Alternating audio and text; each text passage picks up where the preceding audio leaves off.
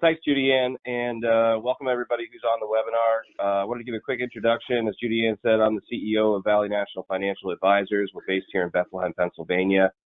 We really specialize in financial planning, investments, wealth management, and tax work for individuals and families.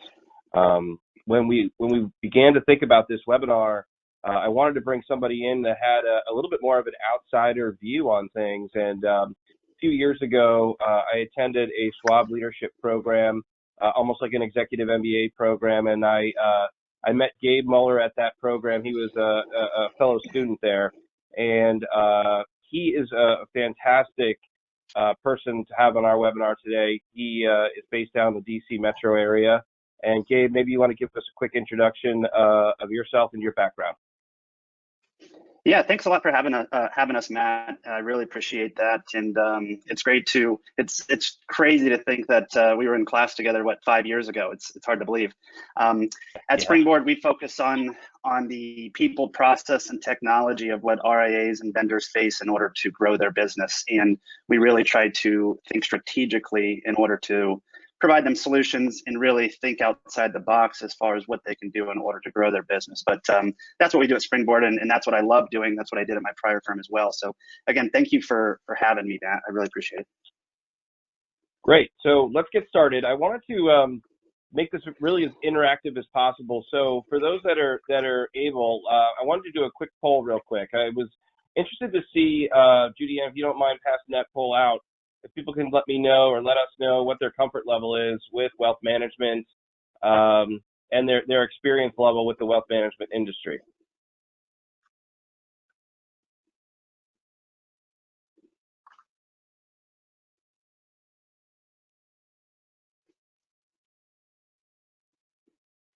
Oh, Gabe, we're barred from voting. Uh-oh. Oh, that's right. Yeah, we can't see it yet. So.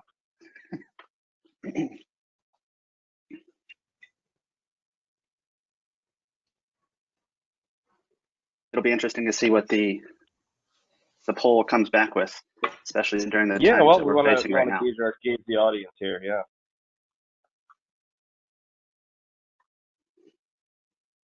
Okay.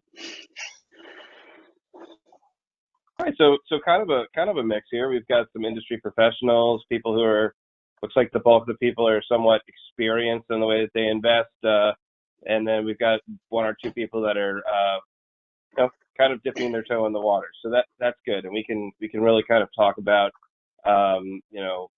is advanced or not as advanced as you want. One more quick poll: what are people's comfort level with investments, wealth management, given the current environment that we're in, the COVID-19 pandemic?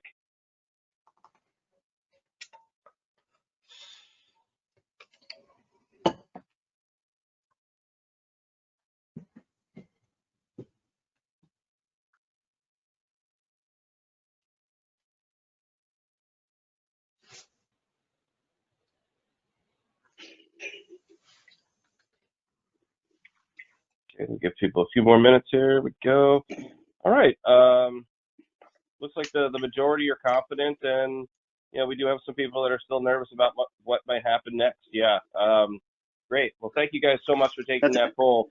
I wanted to start off the webinar by really kind of talking to Gabe and getting a sense for what is the wealth management industry like today, and really.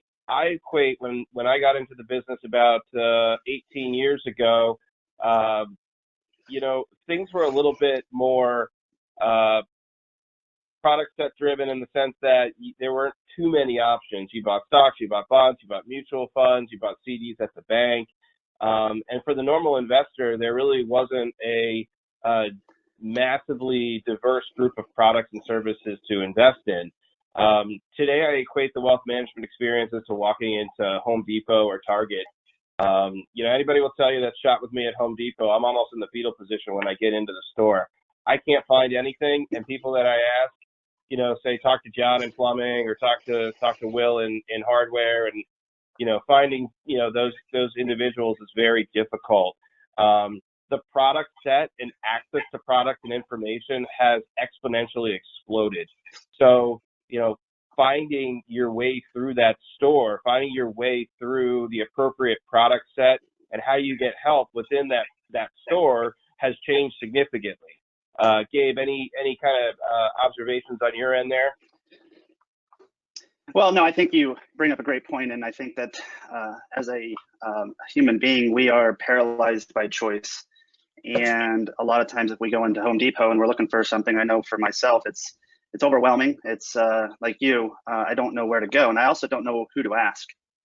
I think the same thing, as you mentioned, is the case within our space, within the financial services industry, in that oftentimes consumers don't know what they don't know, and they also don't know what to ask, and so they don't therefore know what they need. And so we need to do a really good job as advisors and as financial planners and wealth managers to create an experience for them, for those consumers, in order to simplify their life, but also providing them the experience that they want. And with Home Depot, it'd be interesting to see how they could evolve their operations and philosophy and vision for the consumer who's walking into that store in order to have a better experience like yourself. So I really think that we as human beings are paralyzed by choice, and I feel like we have a great opportunity to solve that issue. Yeah, that's a good point. And for those on the call, maybe for people that are not as versed in the different ways to navigate the store, I really kind of bucket it into maybe 3 different categories of how you can enter the store and choose the store. So you can really, with technology now and everything being online, if you are an experienced investor or you're comfortable doing it yourself, you can go online to sites like Robinhood or Betterment and have a truly digital experience, pay almost nothing to start your investments, which can start at a very low dollar amount. And you're really not going to get a whole lot of guidance. You might get some cookie cutter investment portfolio, or you might have a platform to choose individual stocks at a low cost, but you're really not going to get much more than that. That's for the do-it-yourselfer, and obviously there's very little cost to doing that. The next step would be using what I like to call a discount brokerage firm, so like a Fidelity, a Charles Schwab, where they have a branch network as well as a very, very large online presence. Very low cost to invest with them.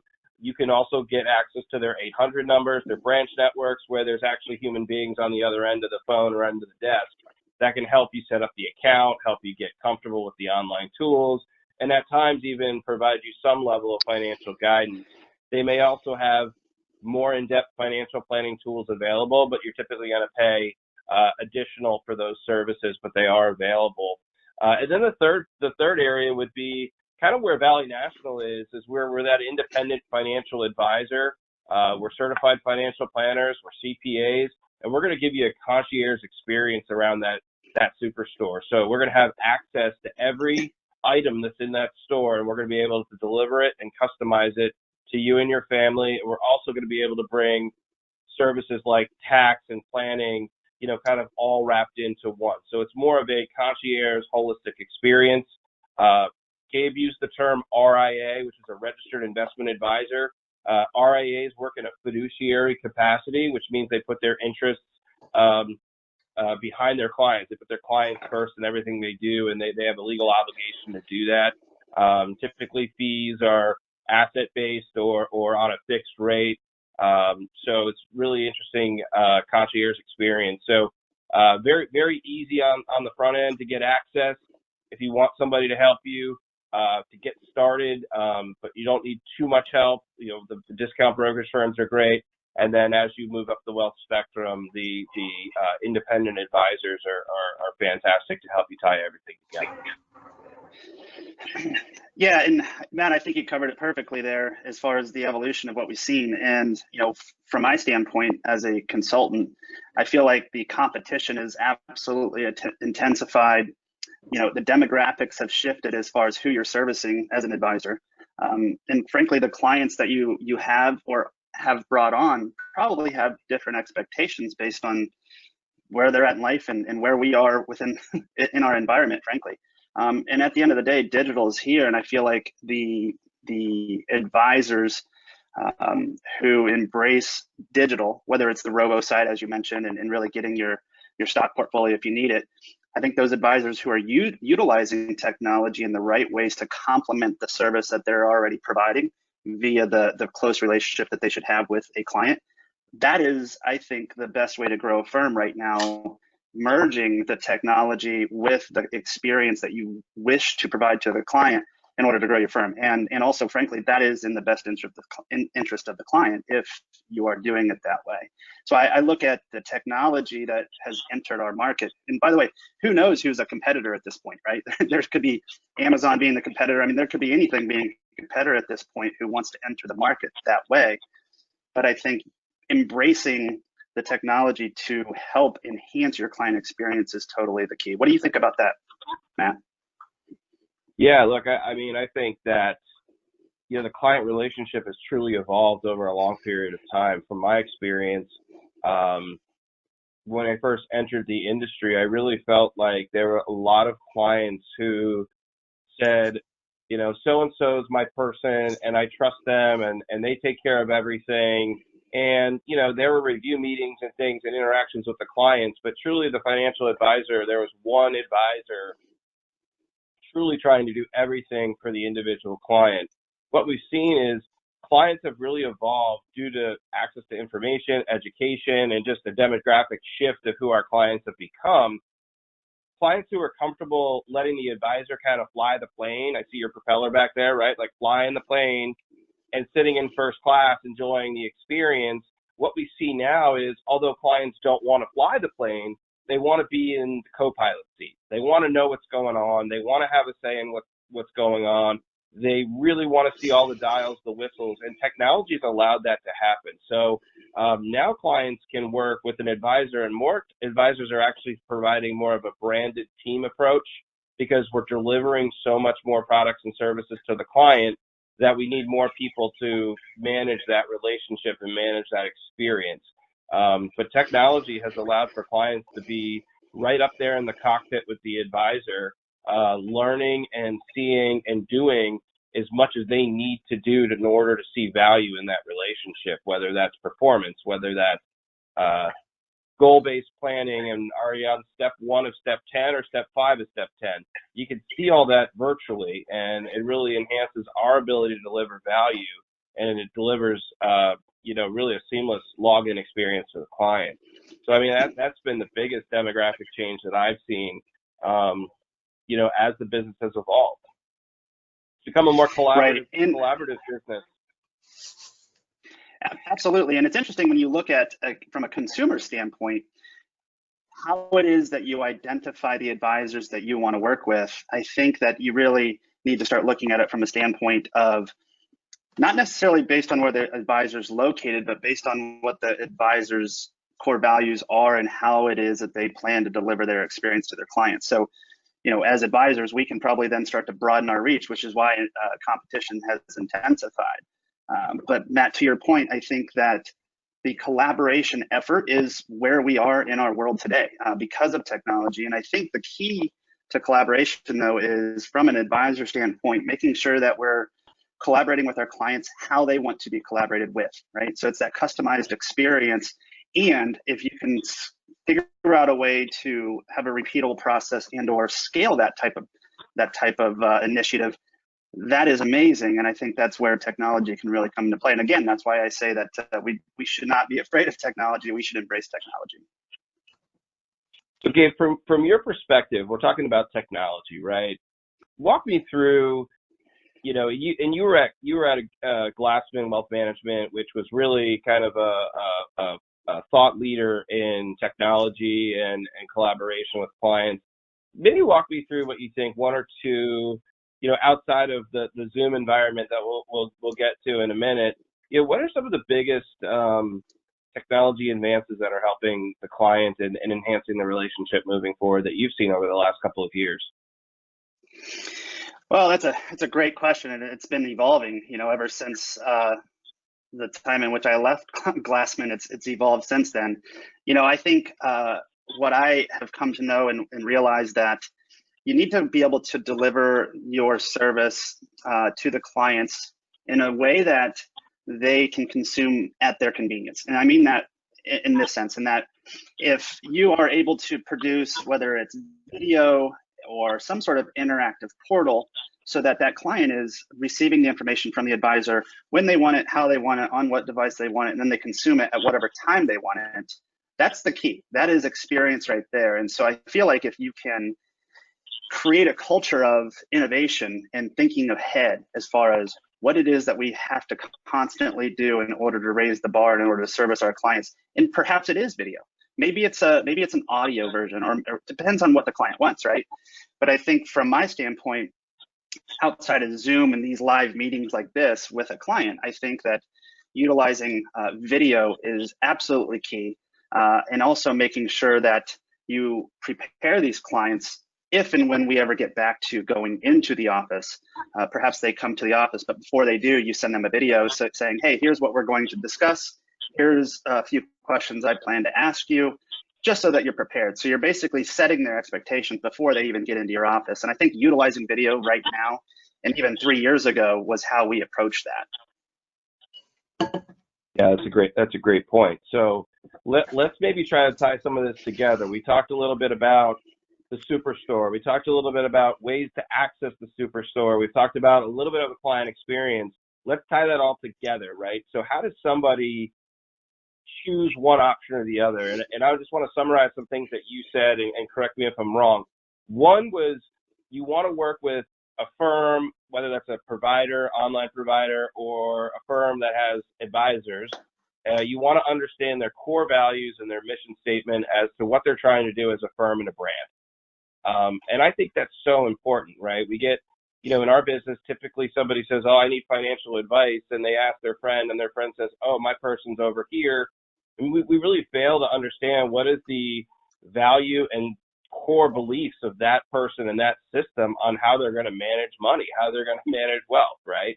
So really making sure that that's transparent and upfront, probably on their website or their social media. Two is really understanding what their technology platform is, right? Are they able to work on any level of technology? For somebody who comes in and wants to, as you said, see it when they want, consume it when they want, and have access to what they need when they need it, all the way over here, or someone who is still, I want to be traditionally, I want to get paper, I want to come in and see someone face to face, I want to work face to face when we get back to that situation, or they're developing a way to make that happen in this environment. They want to make sure they do that, and then finally, experience and credentialing. We talked a little bit about, we've been in business for 35 years, but not all of our employees have been there for 35 years, and the business has changed so much in 35 years. How is that brand or that advisory firm that you're considering working with pushing thought leadership and being an industry leader? Are they putting out thought leadership in the way of articles? Are they involved in their community? Are they writing in technology journals and things that aren't traditionally thought of for financial services professionals? I know for us, a big one is we want to be a big thought leader in the community. We want that brand to be out there, and we want people to know who we are. We want people to, like us and trust us in the community. Or are they just forward, introverted people that just care about what's going on there? So there's a lot of things to consider. So hopefully that puts things in context. Gabe, anything to add that I might have missed when people are deciding how to enter that Superstore and consume what's on the shelves? No, I think you summarized it rather well. I think from I looked at things from both sides, right? Number one, I'm not against paper if that's what a client wants. Again, if that's what they want, great. And that's where I feel like the personalization comes into play. Now, will that last forever? Probably not. But I do think that from the other side, right, from the advisor side, this is where, going back to the beginning of the conversation when I said we need to simplify the process that the client or prospect has to go through in order to understand where they want to be. The advisors, I think, have a great opportunity right now for two things. Number one, really identifying who their ideal client personas are and really what that means to the firm. Like, who is it that they do the best work for, and really what do they specialize in? From there, the advisor most likely can really leverage the digital world that we're in order to market those services, therefore getting into the hands for the right people, which will then make that buying experience a little bit shorter, right? And so I feel like that's, if you take a look at the other side of this equation, which is the advisor side, looking at it from a standpoint of who it is we do our best work for, how it is we do it, and then how is it that we share it with the world, it should, and really, frankly, it has to get into the hands of the right people and really help them in a way that they didn't otherwise think that they could happen, but probably in a shorter way, a shorter time period. Right, and for those that are in the audience,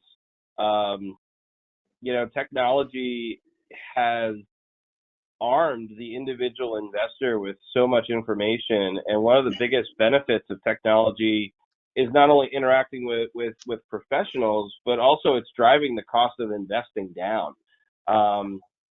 That's something that people don't typically talk about, is what's the cost to invest. And 20 years ago, you were paying hundreds of dollars in commissions to buy stocks. Today, you can literally open an account online and buy stocks for zero, no cost.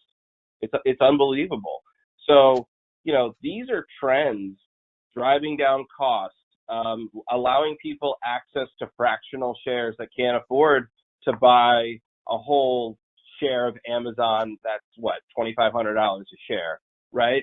So maybe you need to, look at some of these ways to, these trends that have happened are really favoring the smaller Main Street investor. Now, there's going to always be large firms, and there's going to be institutional trading, and there's going to be high frequency trading and these things that disrupt things on a daily basis. But the individual investor is finding access to the markets and to the wealth management industry much easier and much cheaper than in the past. And I think that's a huge positive. Well, I agree with that, and that, how it is that we can bring these sophisticated strategies at the ultra high net worth levels to the masses is fascinating to me. And I really don't see how you do it without technology. I mean, I think we would all agree with that.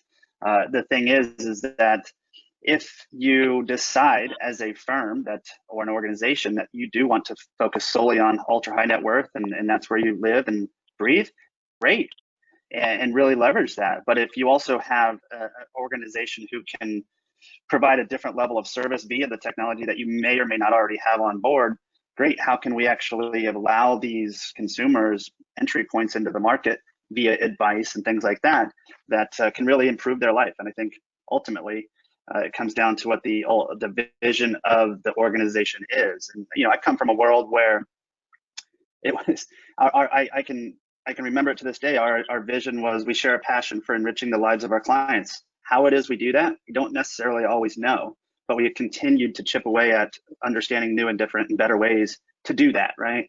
But we were nimble enough to not pigeonhole ourselves into a situation where we said this is the only thing we did. And I think that's a really interesting thing to think about and constantly think about, so that you don't get caught in something that 5-10 years down the road you said you wish you would have made a different decision. Okay. Yeah, I mean, that makes a ton of sense. Let's talk a little bit about what's going on today. I mean, obviously we are in a historic period of time. I mean, we're living through something that I'm hoping we only have to see once in a generation, if that. And people in the polls earlier mentioned that they're a little bit nervous. For those that are listening to the webinar, it's obviously a very uncertain time. But some of these wealth management trends are benefiting the individual investor, the nervous investor. There is help out there for investors to get access to. So really some of the fundamental principles of investing and wealth management, although trends have changed, some of the concrete principles haven't. I think it's important to kind of talk about some of those things. First is, have a strategy and understand what you're doing, okay? Understand why you're doing what you're doing. Everybody has an opinion of what stocks to buy, what companies.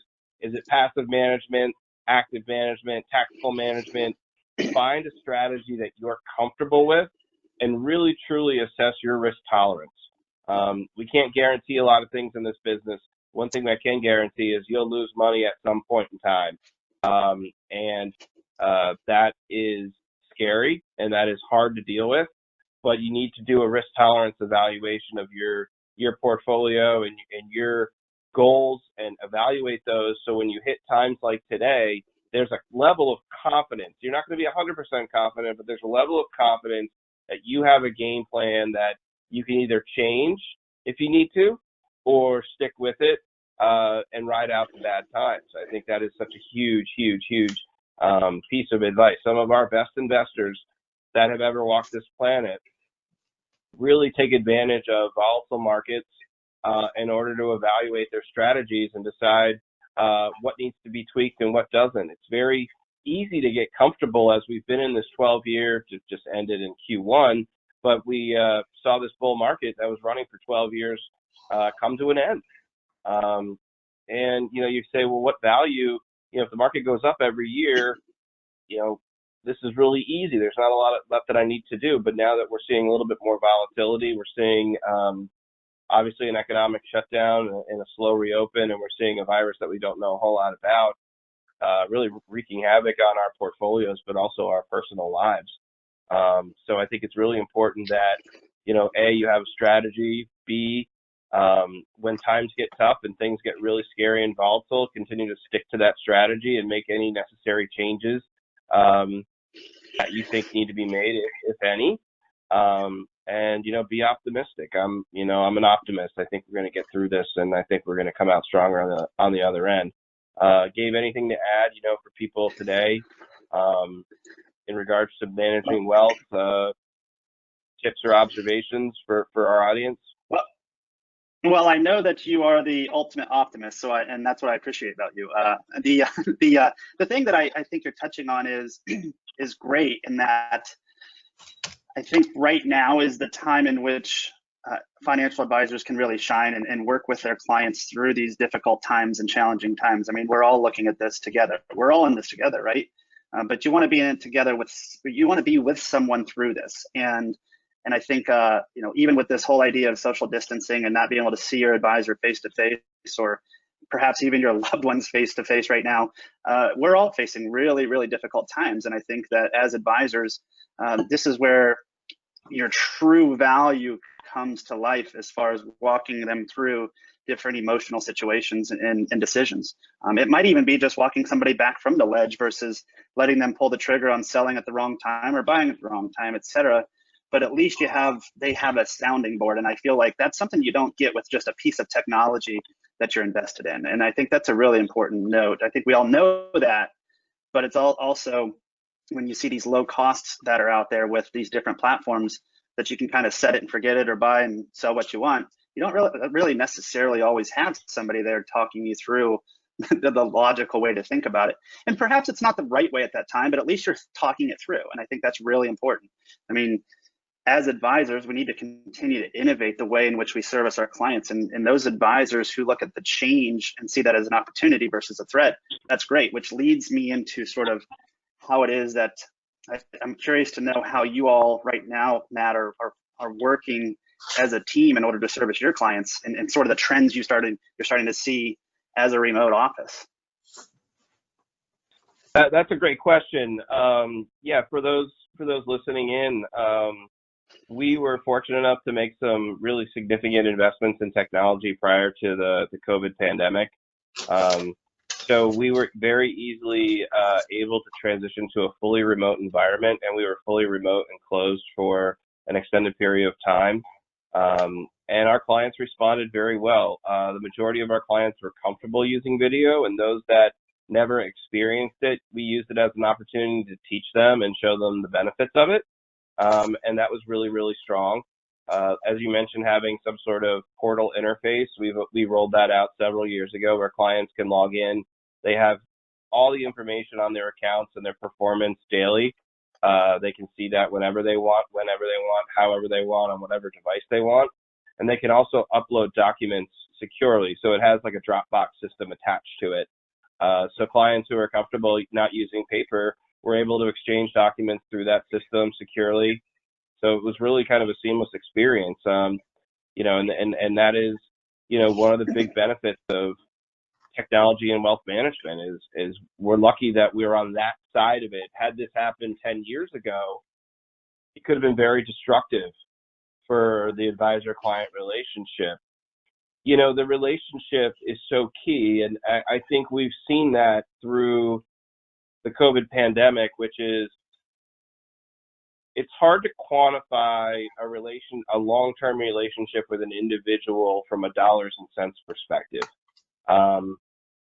But when things like this happen, or people close to the client, husband, wife, son, or daughter passes away, having a strong relationship with someone that you know and trust to help guide you through that process is so valuable.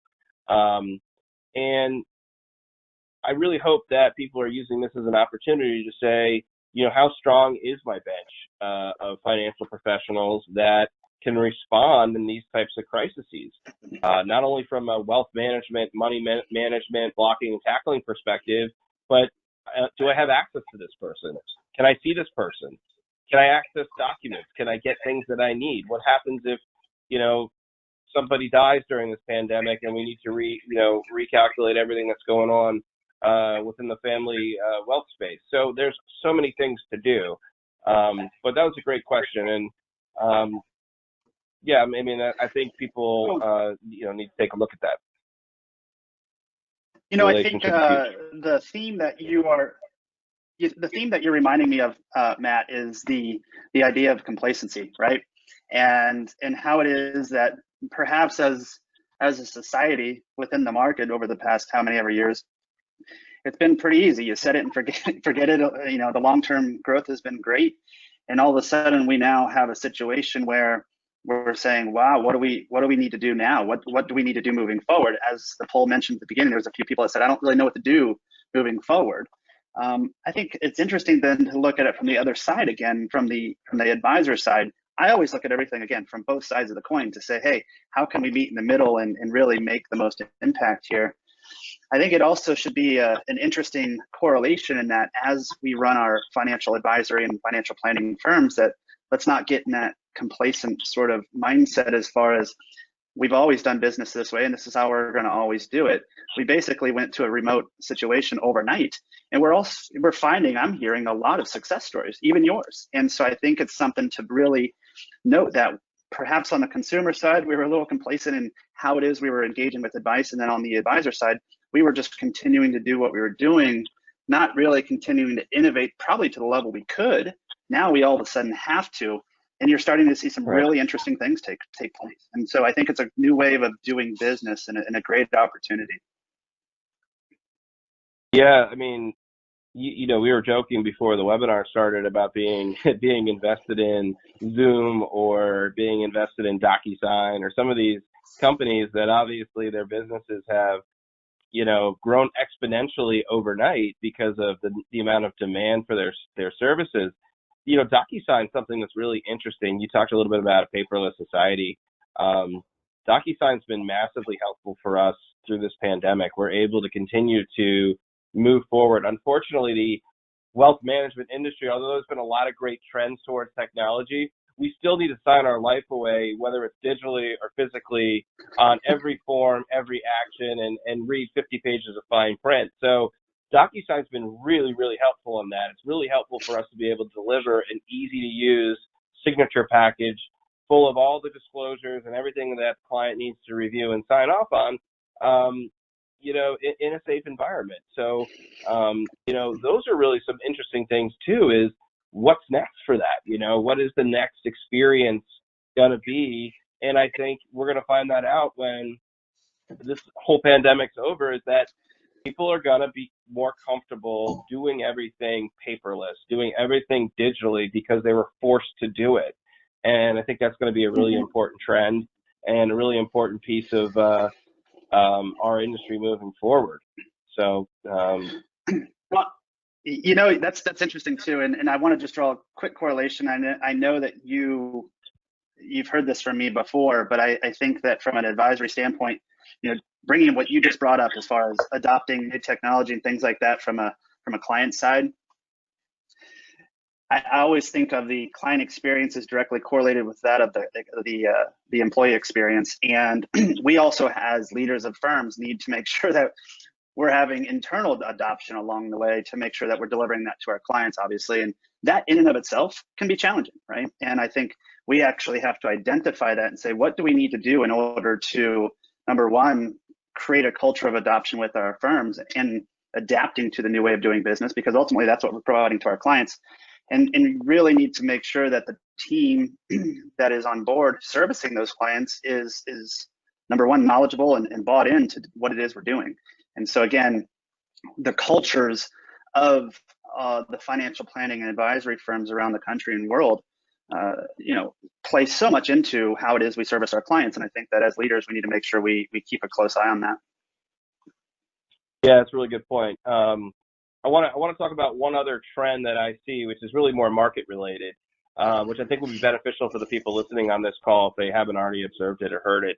And then we could do another quick poll about people that feel confident about getting advice, and do one more quick poll, and then we'll move to Q&A and wrap up the discussion. But one of the scary trends that I'm seeing in wealth management is the speed and the pace of the financial markets and how they work, and the artificial surroundings of the market in the way that the government and the Fed, sometimes good, sometimes scary, can manipulate certain actions within the markets to make, asset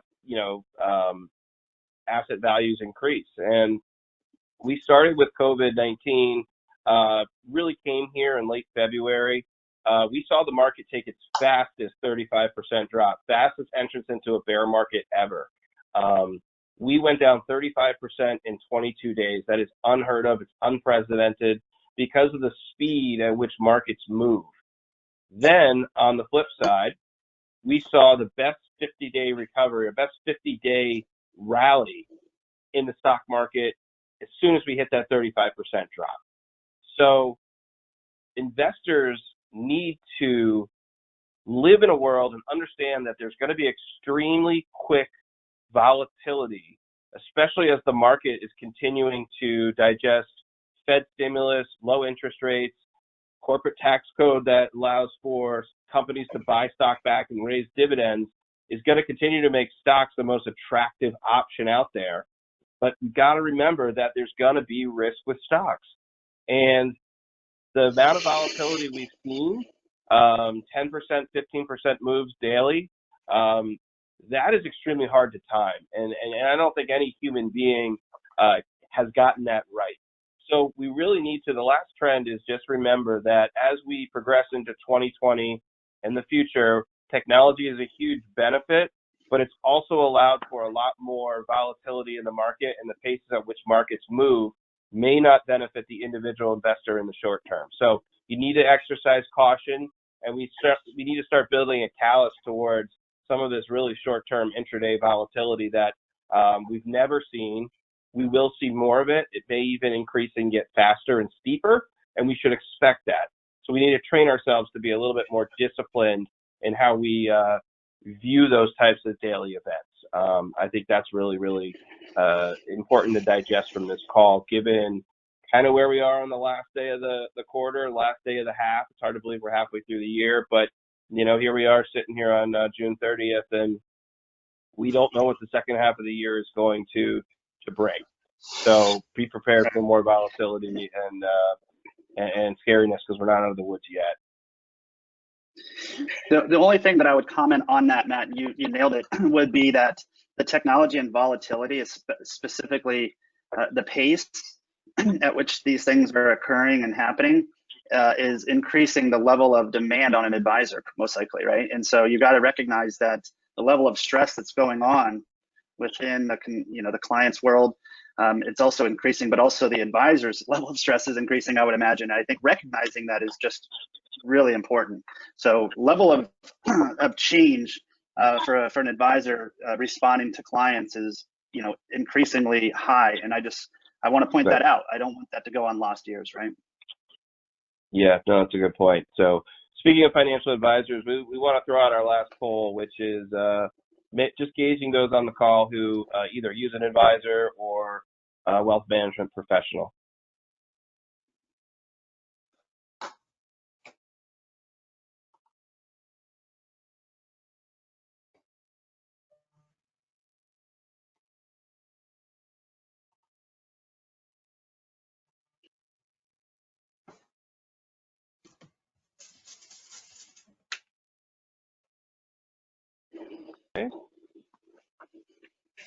Survey says. All right, the majority are having someone they already trust. That's fantastic. And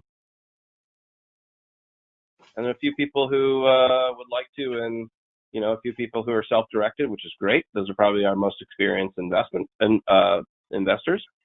That's fantastic. Thank you for saying that. Yeah, I mean, we've talked a lot about trends in the industry. We've talked about,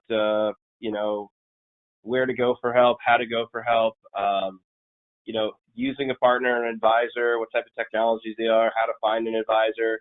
Gabe, maybe just, we talked a little bit about what to look for in an advisor. Maybe address the group a little bit as to what's that first step somebody should do in order to find an advisor if they're interested, or if they're interested in maybe benchmarking the advisor they're currently using to, someone who might be a little bit different. What are some quick tips that people can use there? What are some resources they can use? Well, as far as resources, we could get to that. I think as far as what I would say, as far as the first step, I think from a consumer level, we have to really understand and take a reflective standpoint of what we really want and need, and identify that and probably document that. From there, we, as a person looking for a financial advisor, could really understand what it is we're looking for if we can find an advisor who matches that particular need and or core value set that we live and breathe by. I really think that matching consumers with the advisors that have the same beliefs and value systems is going to be the wave of the future. But I think as individuals, we need to do a very good job of understanding what we need. And even frankly, we don't sometimes know what we need, but at least we're documenting it so that we can have the same conversation with multiple advisors along the way as we're interviewing them to understand, would this be a good fit or would it not? And really understand how you all could work together. Going to the web and understanding and doing your due diligence on the web it's almost probably could be a black hole feel. But you might want to consider starting within your area and kind of working from there and seeing what could happen. But again, I feel like it really should be based around the value systems of the individuals and the advisors. And that really should force the advisor to really be transparent about what it is they believe in order to service their clients. Okay, great. Thank you. I agree. What do you think about that, Matt? Do you have any other thoughts on that, Matt? No, I mean, I think, there are a lot of great ways to find an advisor. I think, obviously asking people you trust, doing some due diligence online, going to, if you find a firm that you like, making sure you use BrokerCheck and the SEC IADR search page for investment advisors. You can see their regulatory records and, security records and things like that. I think that's very important for people to know. And there's just a lot of different things to check out. There's a form ADV that's very important. It's a little bit meaty, but it'll tell you everything about the firm and its fee structure, ownership structure, and any disclosures around conflicts of interest, et cetera. Those are big things to look for. And then I think once you narrow it down, I think Gabe's right. I think you really want to put it in, what's their mission statement, what's their core values, who works there, and how do they deliver the experience. You find a firm that's clean, that has a good history, that's got good resources, you understand their fee schedule, you understand their conflicts of interest, and you understand their core values, that's a great place to start. So hopefully that's very helpful. I wanted to spend the last 10 minutes that we have, if you're okay with it, to do a little question and answer. And if people have questions of things that we didn't talk about, I'm happy to answer those things that are maybe outside of the scope of what we talked about today. So I'll go ahead and, Judy-Ann, I don't know if you want to facilitate that, how we're going to go ahead with the Q&A. Sure. I'll just remind everybody that there should be tools. If you're on your desktop, there's a little orange arrow that will help you find the questions panel. If you're on a mobile device, there's a little blue bar at the top of what you're looking at where there's a question mark. And if you click on that, you can submit your questions through that format as well. But we do have some questions already that have come in. So let's start with this one here. So when you're talking about the current market environment, what are your views on how that will change how people invest? Well, I think I touched a little bit on it earlier. I think people are going to take a much longer term view of the market. I mean, I think when you see some of the intraday volatilities that we've had, we've seen some of the craziness that we've seen in the market as a result of COVID-19. I think people need to take and will take a much longer view of the market. I think those that tried to time it and maybe got whipsawed a little bit in the in that intraday volatility period that we saw in late February through late March. Um, Longer term investing has come back in vogue because it's just impossible to time that and help meet your long term goals. I also think that we're going to see everybody come up for air a little bit. We had a 12-year bull market, and I think the poll showed that some people have their trusted advisor and they've been with that person for a long period of time. And I think when it's status quo, that's fantastic. And then we've gone through this really stressful period, as Gabe mentioned, you want to go through those things with someone. So I think people who maybe were doing it themselves are saying, it might be time for me to come up and take stock of how I'm doing and really evaluate my system and maybe go to a different avenue of that superstore. Whereas some people might say, geez, I thought I would have been much better prepared for this, and my advisor wasn't prepared for it and doesn't have the technology to communicate with me. And I think I want to come up and take stock. So I think what you're really going to see is challenging points in time make people sit back and reflect on what they're currently doing. So how is that going to impact the way we invest? I think it's going to impact the way that we approach the markets and how we get help within approaching the markets.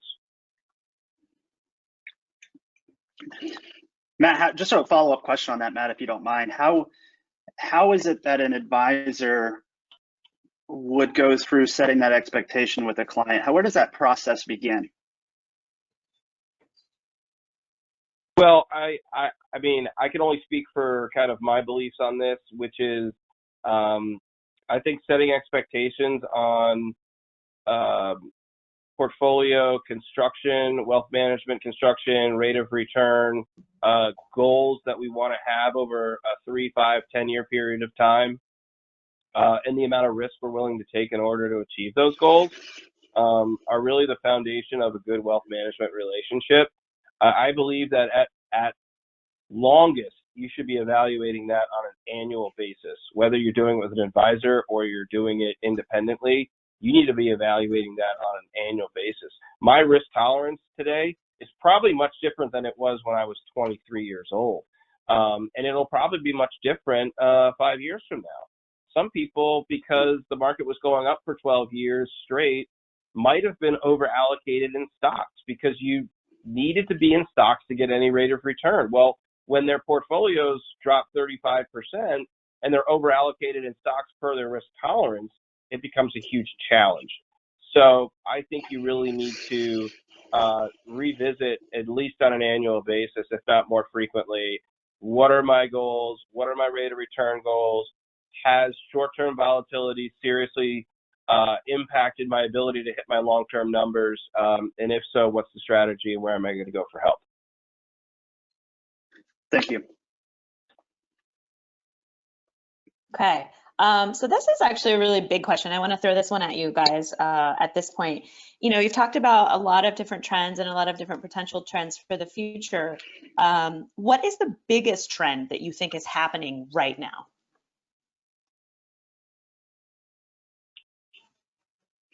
Well, that is a big question. I'll give a crack at it. I think we are moving into.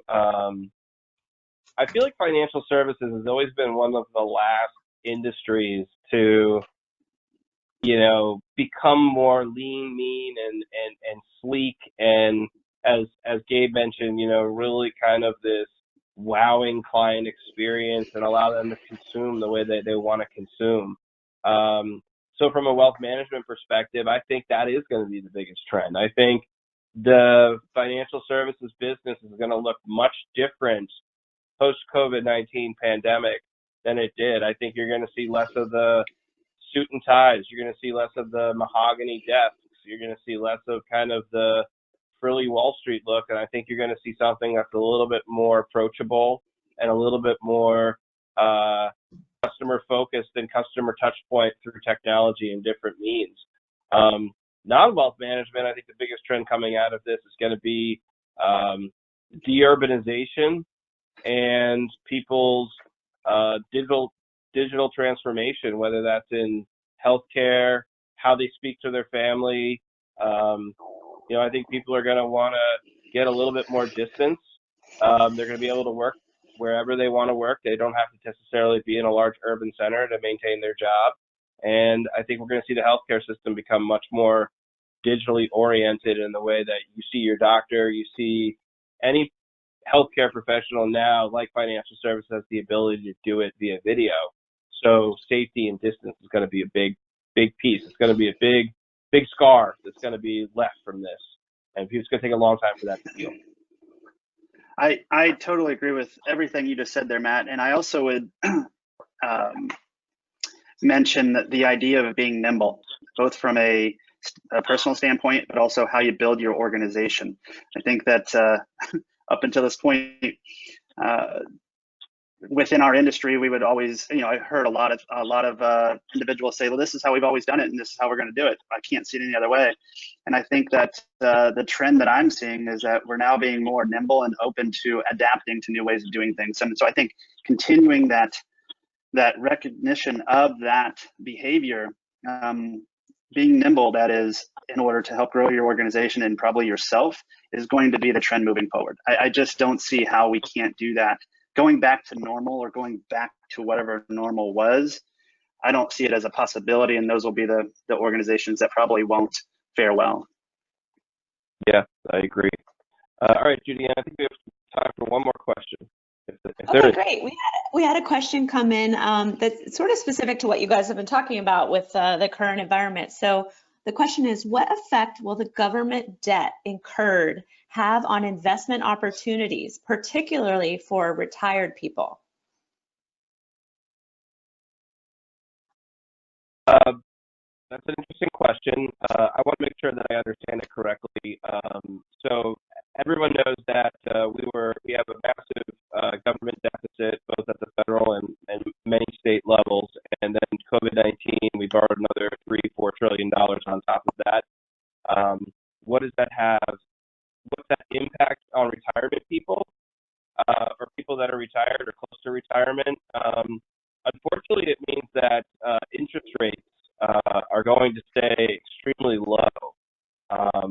And so retired folks who need to derive income from their investment portfolios, which would traditionally be in bonds, maybe some fixed annuities, CDs, cash, money markets, which generate a rate of return based on the interest rates, really aren't going to be able to generate much from that. So the strategy needs to change. I don't believe that the government is going to stop borrowing money. I think that is not going to happen in the near term. I think if anything, they're going to have to issue more debt. They can back that debt up because they print money.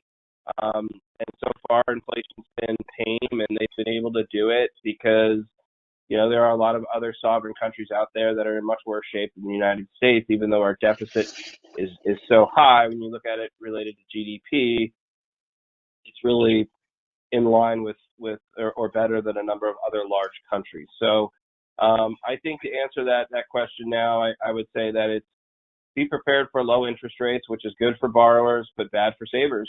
And so you may have to be using alternatives in your portfolio to generate yield, alternative investments, real estate, other types of investments. And I'm not saying that you want to rush into that sector right now, but there are a number of other ways to get yield in your portfolio, dividend paying stocks, but you have to make sure you do it in a risk adjusted fashion.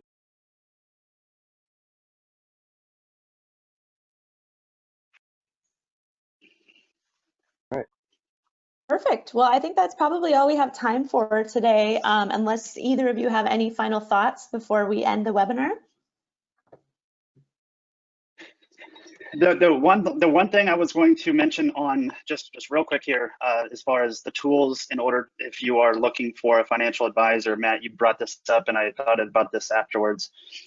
You really want to arm yourself with the top 10 questions that you can ask of each advisor that you're working with or looking to work with, so that you can really have an apples to apples comparison. So arm yourself with the most important questions that you want to have answered, so that you can get a good insight as to what they're looking at. So I just wanted to mention that. Thanks.